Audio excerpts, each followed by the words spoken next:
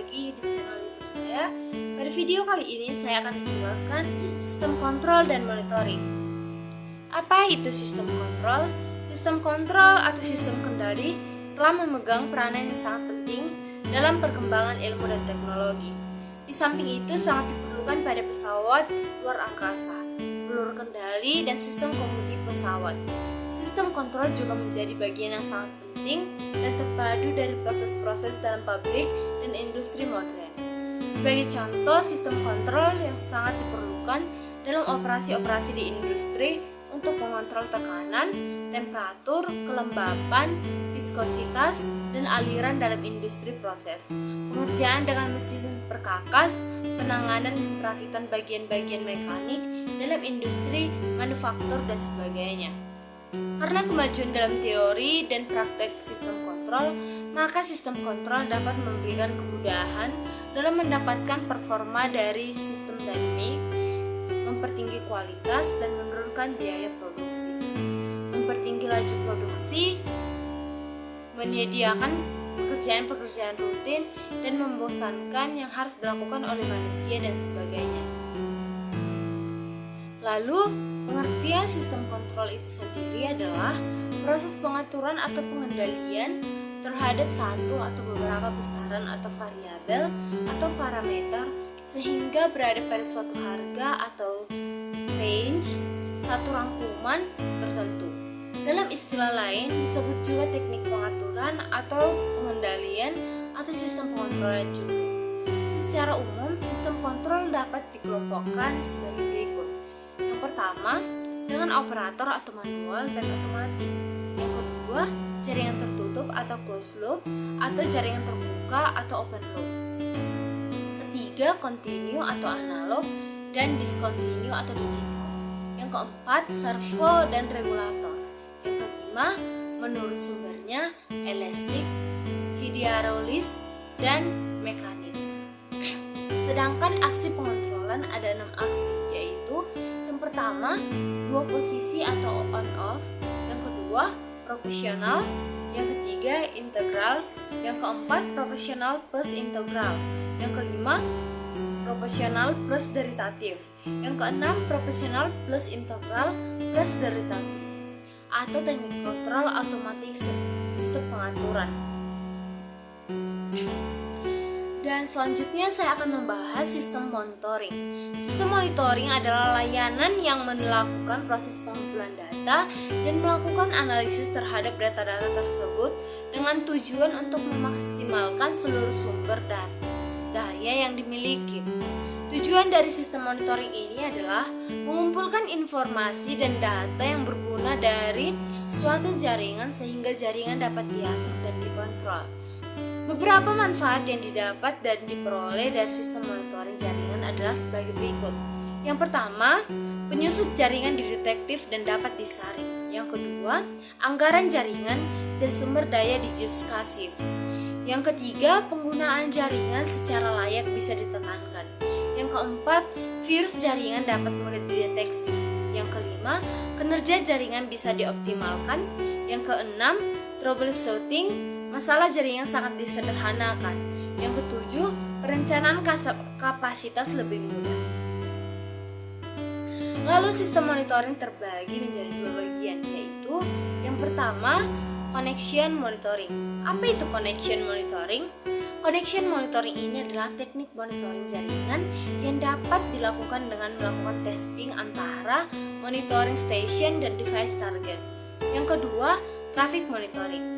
Traffic monitoring ini adalah teknik yang digunakan untuk melihat paket secara aktual dan trafik pada jaringan. Berikut adalah contoh tools monitoring. Yang pertama, Angry IP Scanner. Yang kedua, Nagios. Yang ketiga, PRTG. Yang keempat, OpManage. Lalu selanjutnya yaitu SNMP, yaitu Simple Network Management Protocol. Protokol yang dirancangkan untuk memberikan kemampuan atau memantau dan mengatur jaringan komputer secara sistematis. Protokol ini juga dapat digunakan untuk mengumpulkan informasi dan mengkonfigurasi peralatan jaringan seperti server, printer, hub, switch, dan router. di jaringan yang berbasis Internet Protokol atau IP. SNMP juga dapat mengumpulkan informasi seperti kondisi CPU. Dan SNMP memiliki 3 elemen. Yang pertama, manajer, yaitu pelaksana dan manajemen jaringan. Pada kenyataan, manajer ini merupakan komputer biasa yang ada pada jaringan, yang mengoperasikan perangkat lunak untuk manajemen jaringan.